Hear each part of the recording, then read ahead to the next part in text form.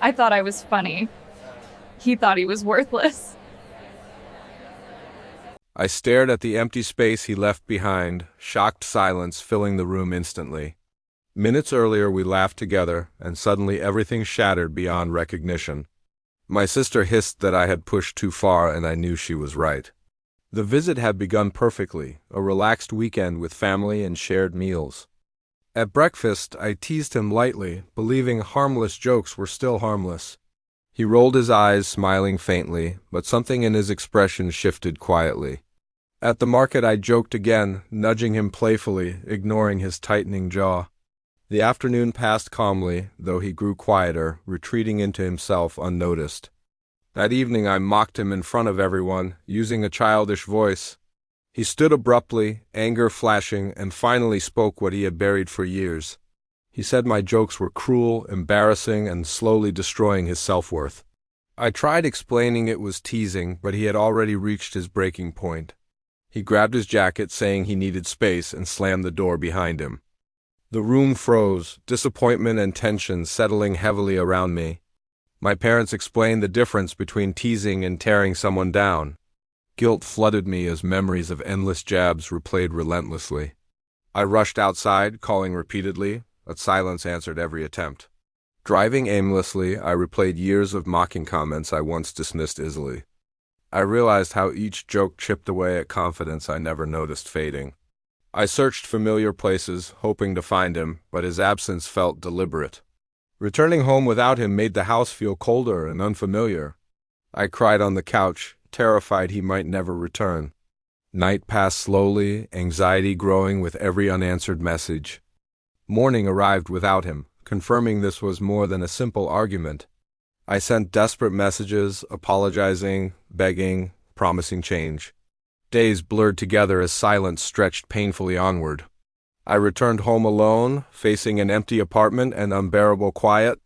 Work became a distraction, though guilt followed me everywhere. Weeks later, a message arrived asking to meet and talk. Hope and dread churned together as I waited nervously. He arrived looking tired, distant, and no longer mine. He explained the damage my words had caused over years.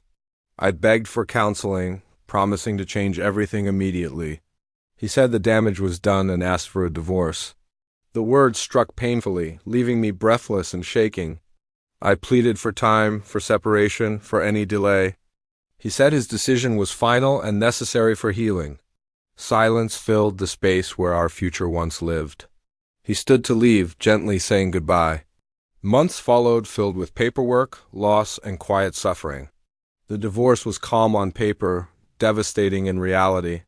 Signing the final documents felt unreal and irreversible. I broke down afterward, mourning a marriage I had destroyed.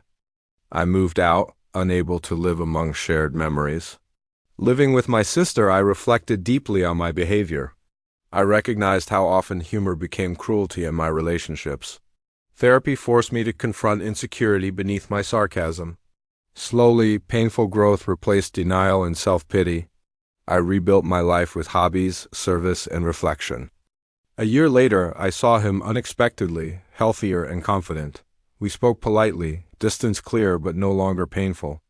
I apologized sincerely, acknowledging harm without excuses. He thanked me, sharing his own growth and healing. That moment finally closed a chapter I clung to. Years passed, and I built healthier relationships consciously. I learned humor could lift instead of wound. I dated again, approaching love with humility and awareness.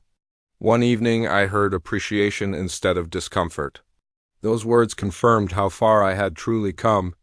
I sent a grateful message, acknowledging lessons learned. The response brought closure, peace, and acceptance. That night I slept lighter than ever before. Morning arrived filled with calm purpose and clarity. I treated others kindly, listening more than speaking. Smiling at strangers felt natural instead of forced. I rebuilt family bonds once strained by careless words. Love grew healthier, grounded in respect and empathy. Walking forward, I carried hard lessons with gratitude. I lost a marriage but found a better self. The pain had transformed into wisdom and lasting change.